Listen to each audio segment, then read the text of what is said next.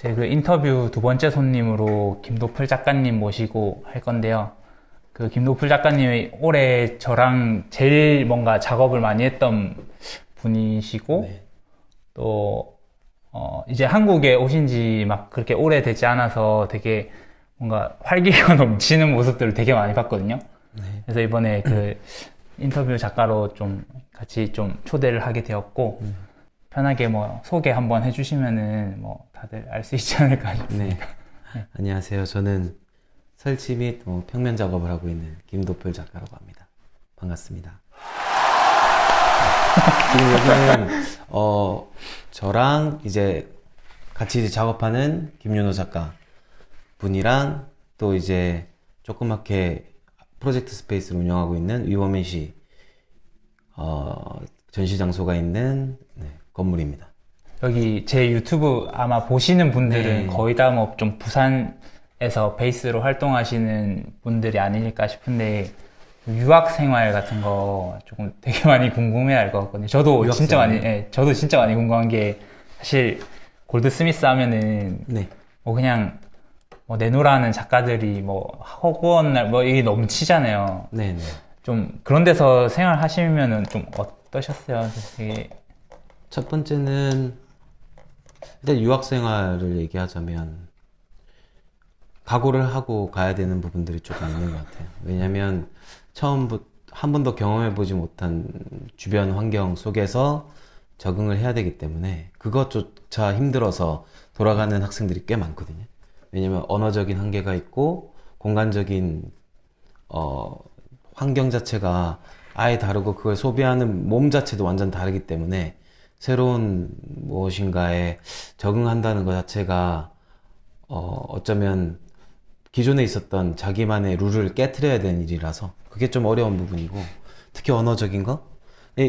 그걸 인종차별이라고 얘기할 수는 없는데 아무래도 유학을 오면 대부분 이제 클래스 자체가 언어를 당연히 할 수 있다라는 베이스로 가다 보니까 저도 1학년 때, 그러니까 총 2년짜리 코스였는데 1학기 때는 거의 한 50% 정도밖에 못 알아들었고 2학년 때야 뭐 괜찮았는데 2학기, 그러니까 마지막 때는 괜찮았는데 네, 그런 부분에 있어서 이제 아쉽죠. 근데 원어민 수준이 아니면 사실은 가면 당연히 헤매는 게 헤매는 게 당연한 거고, 예, 그래서 꼭 한번 도전해 보면 좋은 일, 인생에서 새로운 시선을 경험할 수 있으니까. 그 유명한 작가들도 볼 수 있나요? 근데 유명한 작가인지는 사실 학생들 사이에서는 그러니까 소문 나 있죠. 아, 제가 어디서 전시한 애다, 혹은 뭐 이번에 저기 다대포 X랑 와리가리 프로젝트에서 진행했던 이안 굴스톤 같은 경우는 가끔 이제 선생보다 커리어가 좋은 경우들도 있죠. 그럼에도 불구하고 그 친구들도 역시 학교 오면 헤매죠. 네, 다들 이제 발표 전에 다 떨고, 네, 대본 달달 외우고, 원어민인데도 불구하고. 네, 그런 건 좀 있는 것 같아요. 그러니까 이제 내가 아무리 그들이 이제 커리어가 좋고 해도 학교라는 시스템에 오면 역시 물론 학생이라는 어떤 우리 한국처럼 어떤 교수와 학생의 그런 경계가 명확하게 있는 건 아니지만, 그럼에도 불구하고 좀 이제 학교라는 그런 시스템 안에서는 확실히 다들 고군분투하는 것 같아요. 그러면은 어쨌든 여기서 학부를 졸업하시고 네. 가신 거잖아요. 네. 뭐라고 해야 되지? 예, 저희는 아예 감이 없으니까, 뭐 네. 저도 그렇고, 대부분 네, 감이 없으실 그쵸, 것 같아요. 그쵸. 근데 좀 제일 뭔가 차이점? 그쪽 해외 학교들과의 차이점? 이런 게 또 뭐 딱히 있을까요? 아무래도 첫 번째는 퀄리티라는 표현은 조금 그렇고, 아무래도 가장 차이점은 주변 전시들인 거죠. 화이트 큐브가 바로 옆에 있고, 화이트채플 갤러리라든지 그 외에 뭐 다양한 갤러리들이 항상 있고 거기서 좋은 전시들 많이 하기 때문에 자전거 타고 돌아다니면서 그런 전시들을 볼 수 있다는 거. 아무래도 테이트 모던을 가면 그런 좋은 전시들이 항상 있다 보니까 그런 차이가 일단 아까 말했던 문화적, 공간적 차이가 있어서 거기서 이제 아무래도 네, 많은 경험을 할 수 있고, 아까 말했던 것처럼 아무래도 한국에 이제 공통의 어떤 교육을 받고 갔던 사람들과 뭐 중학교 때 2학년 때부터 막 밤에 새벽에 나가서 사진 찍었던 애들이랑은 확실히 차이가 있죠. 그들은 뭐 이제 뭐 그들 나름의 입시가 있겠지만 네 어쩜 아무래도 자유로웠던 것 같아요. 그러다 보니까 사고도 자유롭고 접근하는 것도 이미 다른 방식으로 접근하다 보니까 사물이라든지 사건이라든지 그런 것들을 많이 배울 수 있었던 것 같아요. 그리고 또 하나 궁금한 게 있는데 왜 이제 화랑이라는 것과 네. 그 대한공간이라는 이런 뭔가 장소, 그러니까 공간에 대한 특색 같은 게 있잖아요. 그러니까 네. 화랑은 뭔가 그 작품을 거래하는 네. 어떤 이미지로 돼 있고, 대한공간은 뭔가 실험적인 어떤 커뮤니티를 하는 곳이잖아요. 네네. 외국도 똑같이 그런 것들이 있나요? 뭐 구분이 이렇게 좀 명확한가요, 혹시? 아무래도 저도 뭐 그렇게 명확하게 뭐 그렇다고 얘기하긴 좀 애매한 위치긴 한데 뭐 제가 뭐 10년 이상 살았던 건 아니라서 그런데 확실히 그런 건 있죠. 물론 거기도 약간의 한국처럼 이런 표현 좀 애매한데 상업적인 어떤 판매만 위주로 하는 공간이 있고 어쩜 이제 미술관의 역할을 하는 이게 대한공간 같은 역할을 하는 갤러리가 있고 그 다음에 제일 많은 게 어떤 실험적인 공간이 되게 많은 것 같아요. 특히 이제 프로젝트 공간. 아, 그래서 그 비율이 네, 그러면 비율이 학생들이 보통 기획 많이 하니까 어. 특히 뭐 큐레이팅과 친구들이 뭐 일반 대학원이라든지 아니면 저기 학사 친구들을 돌아다니면서 인터뷰하고 왜냐면 큐레이팅과 같은 경우는 자기들이 큐레이팅 하는 것 자체가 과제다 보니까 그래서 그런 친구들을 모아서 프로젝트 스페이스 뭐 폐건물 같은 데서 전시하고 혹은 이제 폐건물은 아니지만 빈 상가를 짧게 렌트해서 전시 공간으로 쓰고 사라지고 그래서 가끔 이제 가다 찾아가 보면 진짜 그냥 폐건물에서 전시하는 경우도 있었고 혹은 이제 그런 전시 관람을 했던 적도 있고요. 조금 지금 기획하시는 공간이랑 뭐 공간의 방향성이나 뭐 이런 거랑 저희 그 앞에 진행했던 다대포 X 네네. 그 행사 조금 간단하게만 좀 설명 좀 해주세요. 일단은 위버맨 씨 같은 경우는 사실 딱히 정해져 있는 어떤 룰이나 방향성 자체는 없는 것 같아요. 가끔 사람들이 물어보면 이제 유명하지 않은 작가분들을 많이 초대하려고 노력했다라고 얘기는 하는데 그런 건 딱히 중요하지 않은 것 같고 그냥 맨 처음에 위버맨 씨를 만들려고 했던 거는 화이트 스페이스를 만들어서 작가들이 좀 편안하게 자기 작품을 촬영할 수 있는 공간으로 만들고 싶고 가능하다면 이제 그런 프로젝트 전시까지 할 수 있는 공간을 만들었으면 좋겠다 해서 만들었는데 예산 문제상 아직은 뭐 그 정도까지는 아니고 그냥 지금 총 정확하게는 3번의 전시를 했는데 첫 번째는 부산문화재단에서 네 생애 첫 지원 거기서 지원금을 받아서 이인강 작가랑 홍주혜 작가랑 저랑 해서 2주 동안 갤러리 안에서 먹고 자고 하면서 작업 얘기도 하고 일상에 관련된 얘기도 하면서 살아남기와 생존과 살기와 살아남기의 그 경계에 대해서 얘기했거든요. 왜냐면 다대포 X로 자연스럽게 이어지는데 제 작업이랑도 연결돼 있고 결국은 예술과 일상 사이의 그 사이에서 벌어지는 어떤 일반적인 경험, 사건들을 사회적으로, 경제적으로, 문화적인 그런 공상으로 좀 재구성하는 작업을 하고 있기 때문에 사실 다대포 X도 그 기반으로 이제 일반 예술가와 뭐라고 해야 되죠? 대중들을 경계를 허무는 역할을 하기 위해서 작가들 작품을 이제 진짜 상점에서 운영되고 있는 상점에 자연스럽게 녹아들게 만들었었거든요. 그런 기획을 했었던 게 다대포 X고 그래서 재밌었던 거는 다대포 X 같은 경우는 그걸 기대했지만 그게 한 일주일밖에 안 되다 보니까 늦게 이제 그게 결과가 나왔는데 한 5일차쯤 되니까 상점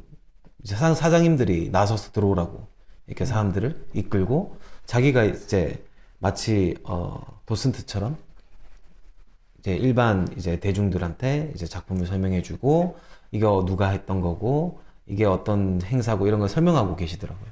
어떤 그런 것들이 어떤 완벽한 정의가 아니라 어떤 그런 완벽한 정의 혹은 완벽한 경계가 아니라 어떤 무너지거나 흐려지는 어떤 그런 과정 속에서 예술이 할 수 있는 역할이라든지 사회에 어떻게 그러한 상호 작용을 하고 있는지에서 바라볼 수 있는 그런 전시로서 기획했던 건데 아무튼 이번 4대포엑스 같은 경우는 다들 엄청 고생했지만 네 지금 상점 상인분들이 또 내년에 했으면 좋겠다라고 얘기하는 거 보면 네, 그런 것들이 본인들한테도 좋았던 시간이었던 것 같습니다.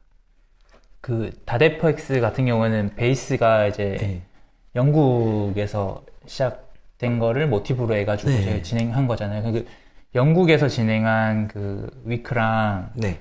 여기랑 좀 이제 직접 진행을 해보셨으니까 네. 좀 차이점이나 뭐 좀 아쉬웠던 점 혹은 뭐 변화해야 될 점 같은 거 혹시 데포덱스 같은 경우는 이제 영국에서 20년 정도 매우 안정적으로 지금 자리 잡은 아트 프로젝트이자 페스티벌인데 사실은 제가 거기서 운영을 했던 건 아니고 그냥 참여 작가였고 이제 우연히 이제 저랑 친한 친구가 거기 운영위원이기 때문에 이번에 이렇게 다데포엑스에 참여해줬고 또 이렇게 진행할 수 있었는데 차이점이라고 하면 아무래도 20년 동안 연속적으로 일어났던 것과 단발적인 어떤 지원금을 받아서 잠깐 진행하고 없어지는 그 차이, 휘발성이 강한 프로젝트의 차이인데 거기는 아무래도 상점 상인들이 이미 7월부터 한 9월쯤 되면 작가가 찾아올 수도 있다라는 게 인식되어 있기 때문에 그거에 대해서 받아들이는 데서 확실히 설득하기가 좀 쉬운 편이죠. 왜냐면 우리 다큐멘터리 미술 이런 데서 보면 알고 나와 있지만 문화가 어떤 경제적 힘을 가진다? 라는 이런 레포트가 있었다고 나왔는데 거기에 마찬가지로 그들도 경험으로 이제 이렇게 하면 사람들이 오는구나? 그게 당장 직접적으로 어떤 매출에 영향을 주거나 이러는 건 아닌 걸로 알고 있지만 다들 그럼에도 불구하고 그 거리 데포드 하이스트리트라는 제3세계 어떤 인종들이 혹은 그런 국적을 가진 분들이 많이 사는 일반 영국인들이 기피하는 어떤 이게 공식적으로 얘기하기는 애매한데 아무래도 위험하다고 생각하는 한국에서 검색해 보면은 뉴크로스라든지 이쪽은 꼭 가지 말아야 할 장소 네 번째 이렇게 유명한 데라서 그런 이미지를 좀 탈피하고자 하는 어떤 노력들도 좀 있었던 것 같고 다데포엑스도 좀 어느 정도는 마찬가지인 것 같아요. 이제 마지막 파트인데 이제 네. 이제 옛날 작업들을 네. 기억하시는 분들은 다 이렇게 많이 물어보시잖아요. 네. 왜 옛날 작업 안 하냐. 네네. 좀 그거 얘기해 주실 수 있나요? 그냥 프로젝트가 끝난 것 같아요. 거기서. 왜냐면 어느 순간 이미지를 계속 반복하고 있다? 큰 의미가, 감정적 동요가 있었거든요, 그때는. 그래서 막 열심히 밤새 해도 그냥 행복했던 시절이 있었는데, 어느 순간 기술이 올라오고, 어떤 구성이 명확하게 보이고, 그거를 구매해주는 대상이 명확하게 보이는 순간, 조금 재미가 없더라고요. 이거를 빨리 그만둬야 예술가로서 오래 살겠다. 왜냐면, 아까 옆에 잘 나가는 이런 얘기를 했었지만, 그런 건 아니었고, 그냥 단지 이제, 갤러리나 이런 데서 판매가 조금 되게 쉬운 작업이었기 때문에, 그런 것들이 인기가 있었던 거죠. 단지 이제 예술적 가치가 있는 거는 제가 봤을 때 제가 판단하기는 애매하고, 아무래도 대중적으로 봤을 때 어떤 도움이 조금 인기가, 그런 부분이 좀 소비가 많이 됐었던 것 같아요. 근데 그런 게, 제가 어느 순간 아무 생각이 없더라고요, 작업을 하는데. 그래서, 이 프로젝트는 여기서 끝내고, 이제 페인팅으로 시작했으니까 설치로 해보자. 해서 설치로 넘어간 거예요.